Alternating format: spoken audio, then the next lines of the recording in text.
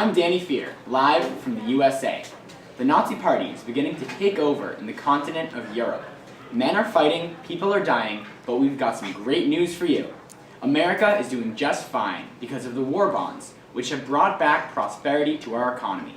The bonds are basically a loan from the people, which the government will pay back using our increasing tax dollars, and this is what is making it possible for our success in the war. So keep buying bonds. The reason the government has money to pay it back is because of income taxes. Sales taxes and excise taxes have all been raised. Now we are going live to Justin, who is at the stock exchange in New York City, New York. Update us on those stocks, Justin. Hi, I'm Justin O'Connell, live from New York, the center of the stock market world. Many automobile factories have most recently switched over from selling their regular automobiles to tanks and other war weapons. This year, in 1943, researchers have found that automobile production has dropped from 3,729,628 million automobiles to 222,862 million in the past, between the last 2 years of 41 and 42. Yet tank production rose from 4,203 to 23,884. This idea of switching over from regular products to war products, not only with tanks and cars, but also with many other types of factories. FDR's recent changes in the factories are considered the economic conversion of where the majority of the economy was switching up from producing everyday normal products to weapons and useful materials to the cause of this Second World War.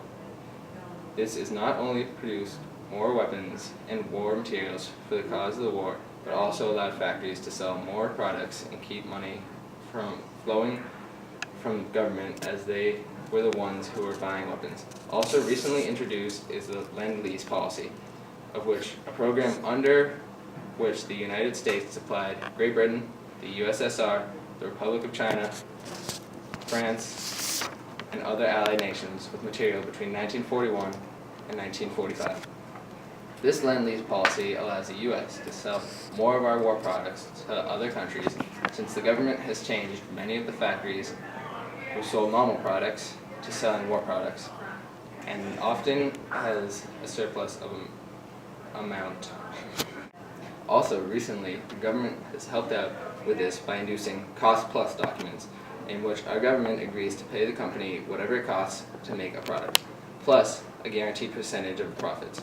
This sounds pretty good to any company that is even thinking about switching.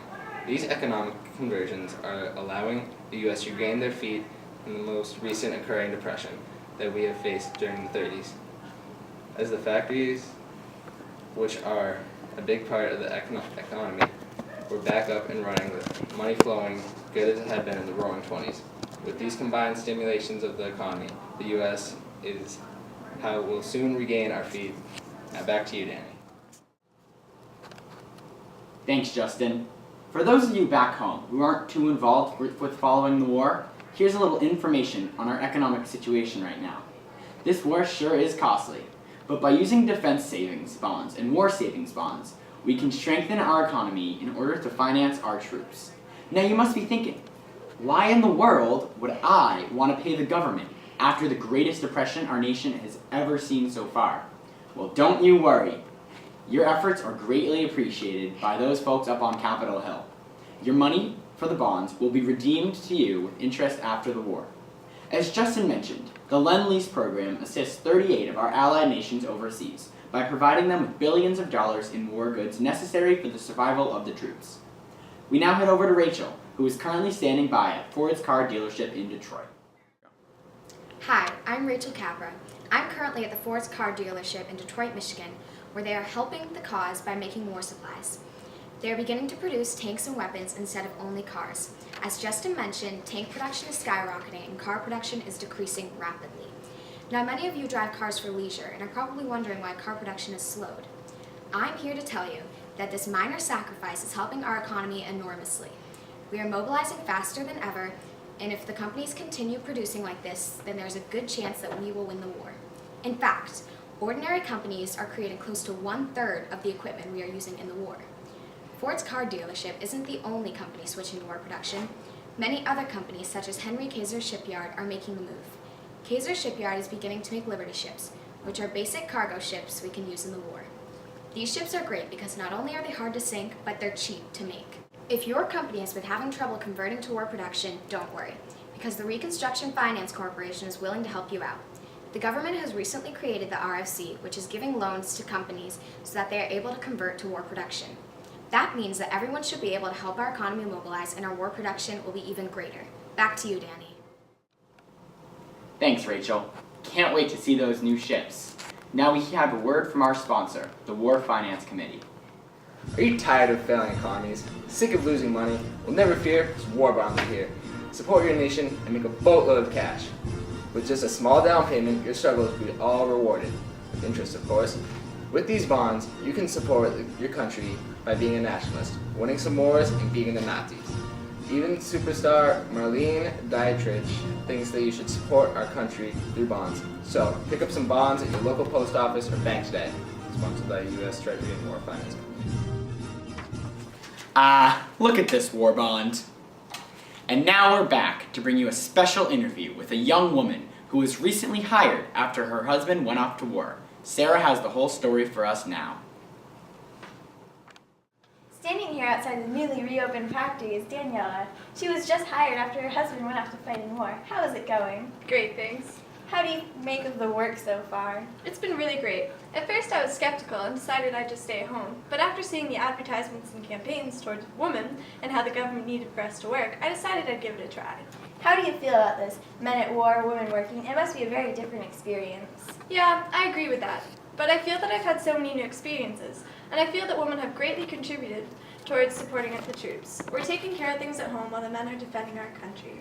War Production Board is trying to create a larger inventory of supplies for the troops. How do you feel about this issue? Well, I think that we should be helping the troops. Women have been working very hard in the factories, and production has only continued to go up since the men left for war. Although production has gone up, how are you feeling about the labor strike right now? Well, lots of people in my company have complained of their long hours. But I'm just happy to have a job and don't think the hours are too extreme. I see Rosie the Riveter posters, like this one, and it makes me feel good that I am able to be independent without my husband supporting me right now. Earning more money now than before, I'm able to save up for the future when he returns home.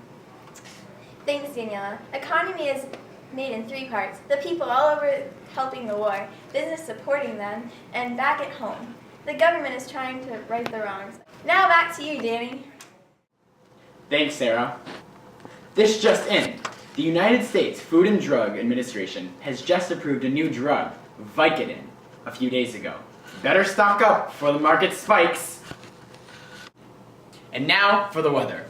We have a low of 26 degrees and a high of 42 degrees. It seems like there's a low pressure system moving in around now.